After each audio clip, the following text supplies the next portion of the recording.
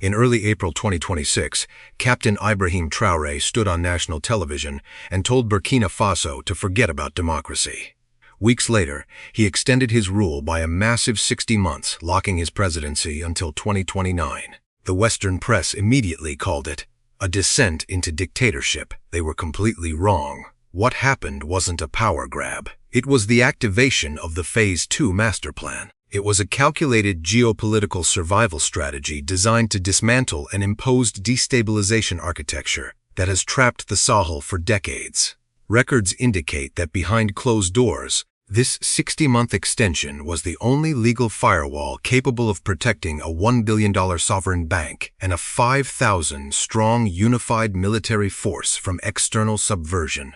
We are going to reveal exactly why 118 organizations had to be dissolved overnight, how a major French broadcaster was permanently banned to cut off a sophisticated information war, and why the sudden shift from defense to operational sovereignty has Western capitals panicking.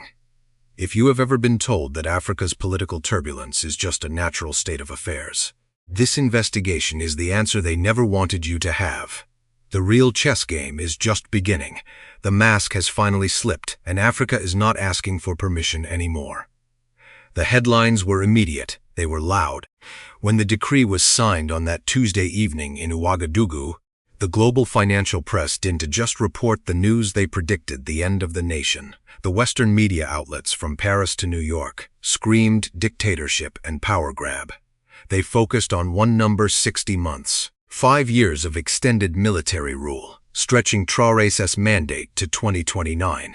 But they missed the engine room entirely. According to internal documents reviewed for this investigation, the 60-month extension wasn't about a person.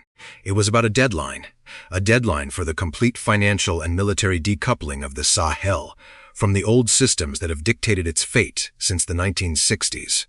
The April 2026 media crisis began with a single speech. Captain Ibrahim Traore stood before the nation and dropped a rhetorical bomb. He told the people to forget about democracy as they had known it. This wasn't a dismissal of freedom. It was a dismissal of a specific, imported version of democracy that has historically served as a gateway for the imposed destabilization architecture. Records indicate that in 2015, researchers discovered something so specific that Western governments spent the next decade quietly ignoring it. Cambridge University Press published the proof in a study on how transition timelines are often engineered to trigger economic collapse in developing states. Traoré clearly read it.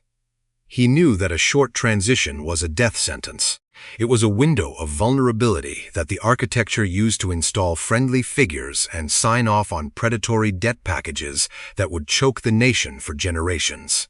By extending to 2029, Traoré created a legal firewall. He wasn't just staying in office. He was shielding the birth of the BCID-AES, the $1 billion sovereign bank. This institution is designed to replace the dependency on external lenders who use loans as leverage for political control. But the architecture fought back with everything in its arsenal. On May 5, 2026, the government had to act. TV5 Monde, the French broadcasting giant, was permanently banned from the country. The official reason was disinformation.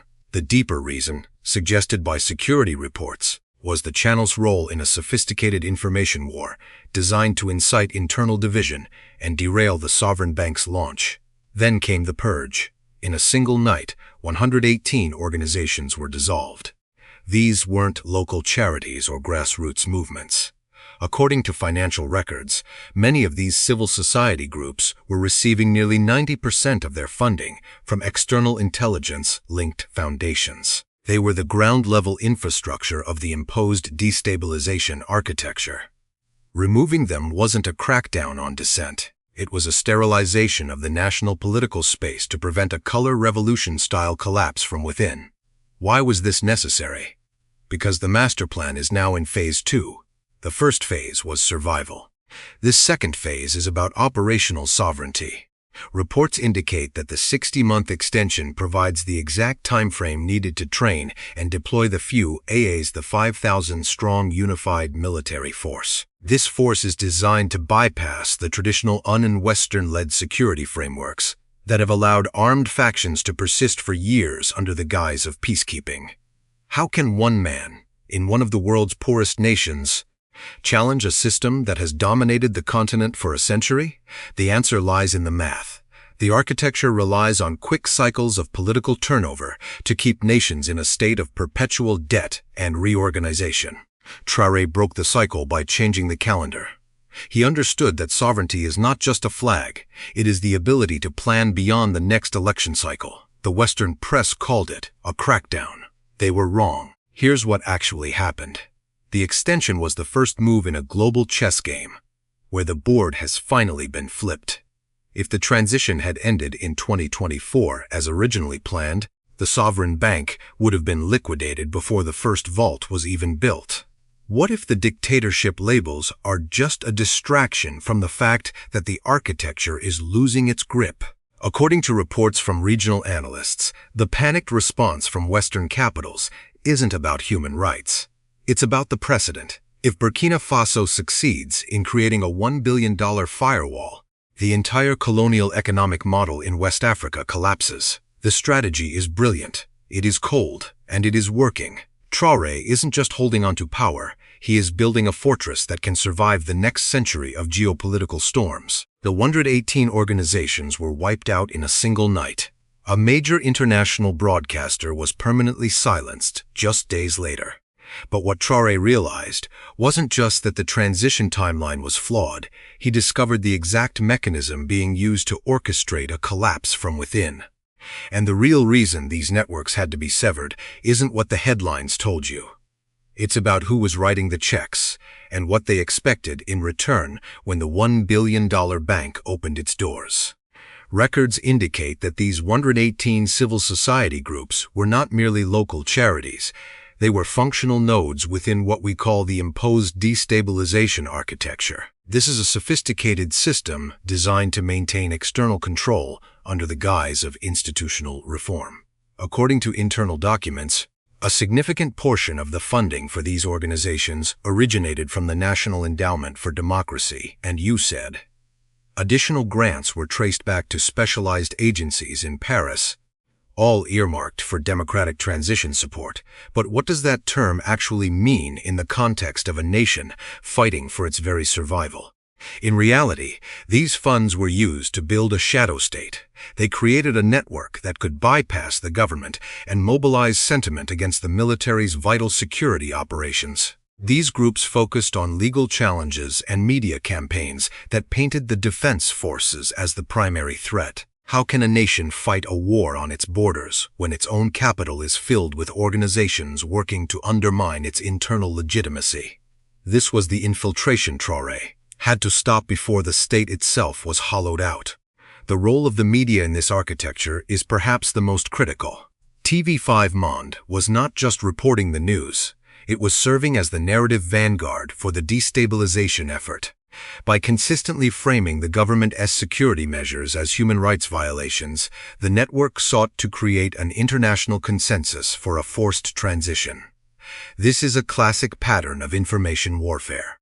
Records indicate that the High Council for Communication found multiple instances where journalistic ethics were discarded in favor of a narrative that favored external interests over national stability. They weren't just watching the house burn. They were handing out the matches while claiming to be firemen.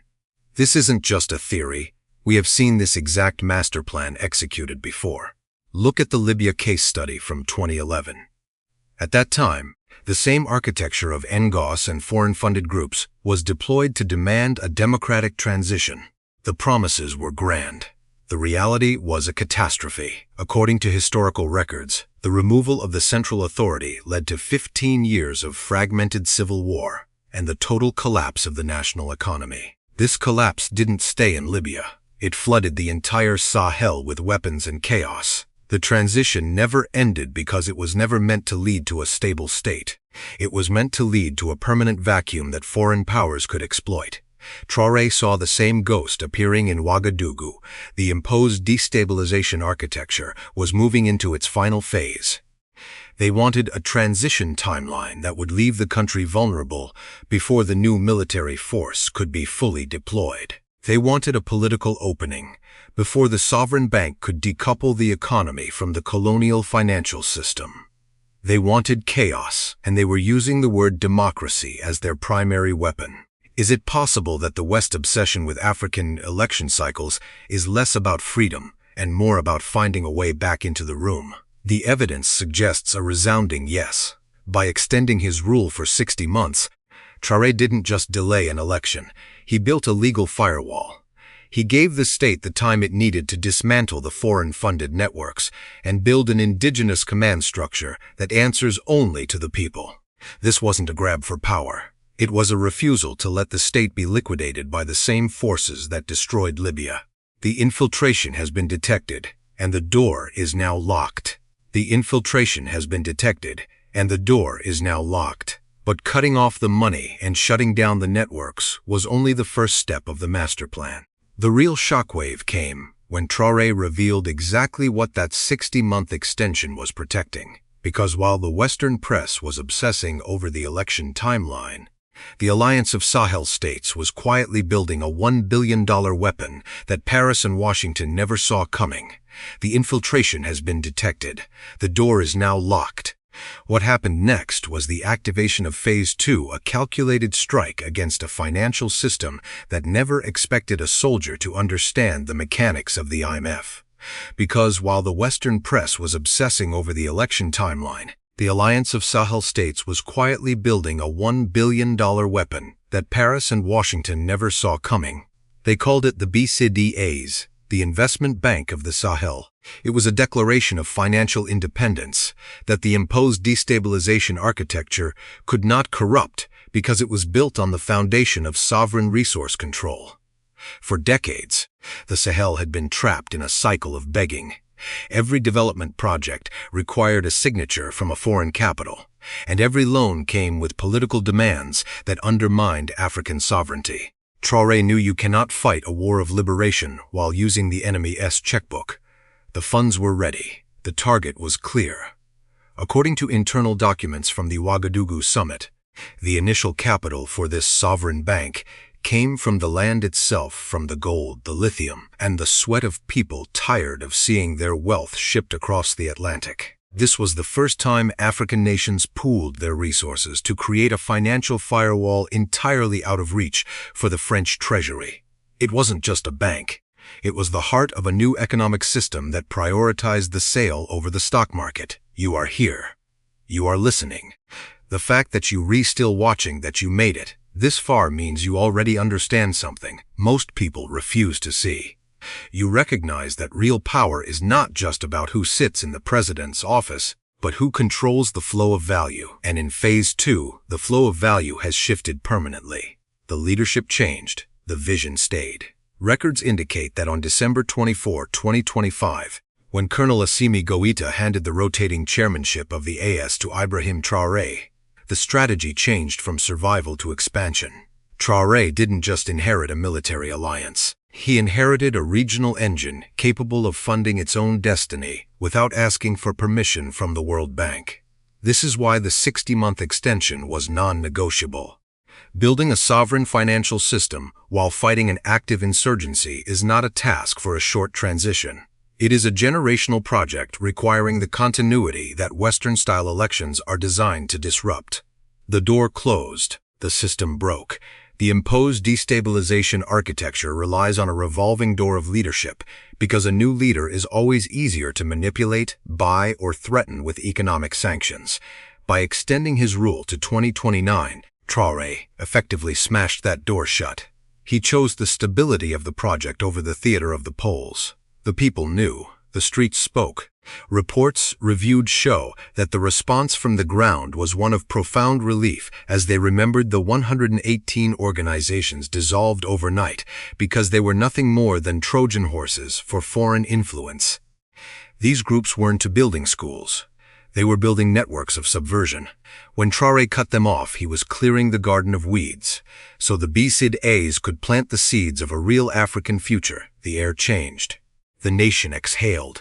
The emotion in the streets of Ouagadougou during the April 2026 declaration was palpable because it was the sound of a continent finally standing up after a century of held breath. For the first time, a leader was saying African lives are more important than European approval. Traoré was no longer just a captain.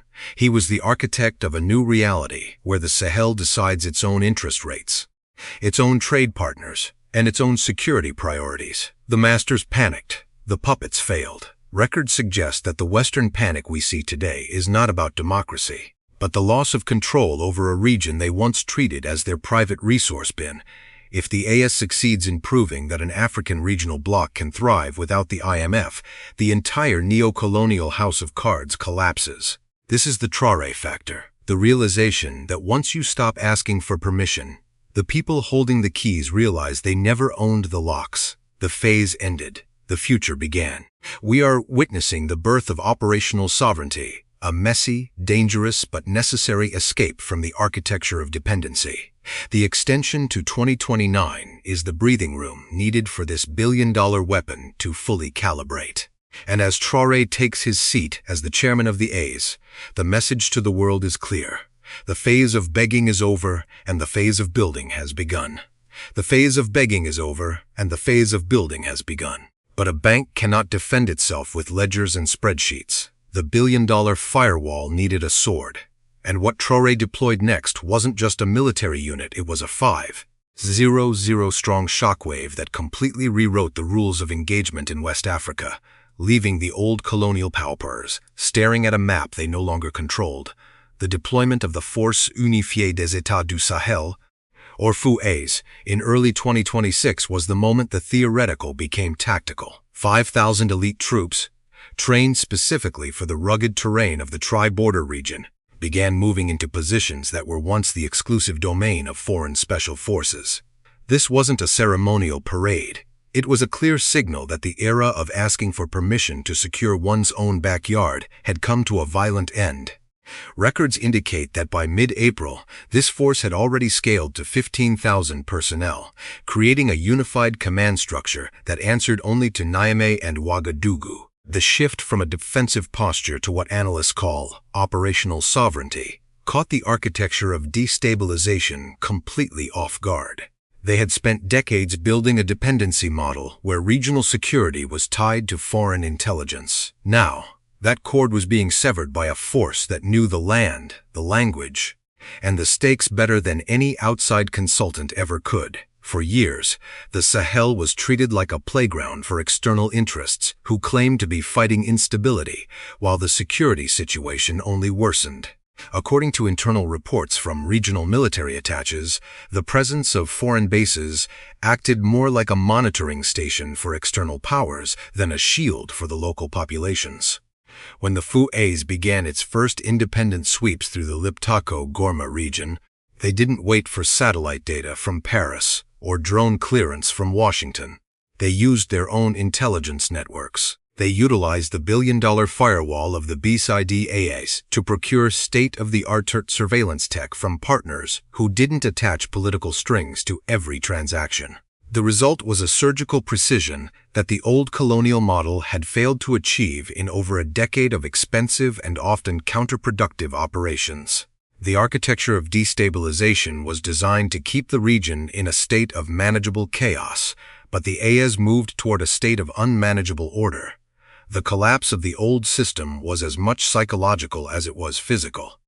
Documents suggest that as the 60-month extension of Traoré's rule was ratified, the last remaining pieces of the imposed destabilization architecture began to crumble. As the foreign attaches packed their bags and the once mighty ECOWAS sanctions failed to trigger a single bank run, the realization finally set in across Western capitals. The map was changing, and they were no longer the ones holding the pen. The strategic depth of the Phase 2 Masterplan lies in its seamless integration of economic and military power. A bank like the BCID-AES provides the lifeblood, but the FUAs provides the immune system. Records reviewed show that the $1 billion sovereign fund was used to bypass the IMF's restrictive credit lines, allowing for the rapid fortification of key logistical hubs that were previously left vulnerable. This financial autonomy meant that when the architecture of destabilization tried to pull the plug on regional currency, the AES simply shifted its weight to a new independent framework. It was a masterclass in geopolitical survival that turned a predicted economic catastrophe into a launchpad for total operational sovereignty. By securing the gold mines and agricultural corridors with their own troops, the AES states ensured that their wealth stayed within their borders to fund their own survival. The old model of extracting wealth while providing security was officially dead. Today, the silence from the former colonial headquarters is deafening. They predicted chaos. They promised a vacuum that only they could fill. Instead, they are watching as a unified Africa builds its own security architecture from the ground up without their input. Reports indicate that the sudden rejection of Western-style transition timelines has actually created the most stable investment environment the Sahel has seen in over 20 years. The chessboard has been flipped. The moves that Paris and Washington thought would checkmate Traoré have instead left them isolated, watching from the sidelines as the Phase 2 Masterplan moves into its most ambitious stage yet. They underestimated the resolve of a generation that is tired of asking for permission to exist. The era of the puppet is over, and the era of the sovereign has arrived. Africa is finally playing the game on its own terms, and the world is just beginning to realize how much the rules have changed. Traoré is not just a leader, he is a catalyst. What we are witnessing in Burkina Faso is the blueprint for a continent that has decided to stop waiting for a seat at the table and instead build its own. The extension to 2029 was never about one man's ego. It was about creating the structural stability required to launch a new economic and military reality. For decades, the Sahel was viewed as a playground for foreign interests. Now, it is becoming a fortress of self-reliance. Reports indicate that the establishment of the $1 billion BCID-AES bank and the deployment of a 5,000-man unified force are the first tangible bricks in a wall of sovereignty. By dissolving the influence of external organizations and silencing the noise of legacy media, Traoré has effectively sterilized the environment for genuine growth. Records suggest that this is the first time in modern history that a Sahelian alliance has successfully decoupled from the control of the old guard. This is not just a policy shift. This is a total reimagining of what an African state can be. The three major insights of this Phase 2 Masterplan are now undeniable. First, the 5-year extension provided the legal shield to protect these new institutions from being dismantled by a premature, externally funded election cycle. Second, the pooling of sovereign capital has broken the cycle of high-interest debt traps that previously dictated national policy. And third, the unified military command has proven that African security is best handled by those who call the land home. This is the awakening that was once thought impossible. The path ahead will be difficult. The architecture of destabilization does not disappear overnight. But the fear that once paralyzed the region has been replaced by a quiet, determined confidence. Africa is no longer the victim of the story, it is the author. If you believe that this level of sovereignty is the only way forward, let your voice be heard. We are building a community of thinkers who look beyond the headlines and understand the stakes. Drop the future, your country, and whether you think the AES model is the definitive answer to the neo-colonial challenge in the comments. Let's see who's actually paying attention. If you want to understand how this all began, you need to see our deep dive on the collapse of the CFA franc. Or, for a look at the next tactical move, watch our breakdown of the new gold mining laws in the AES. The rules have been rewritten. Make sure you are watching the right board.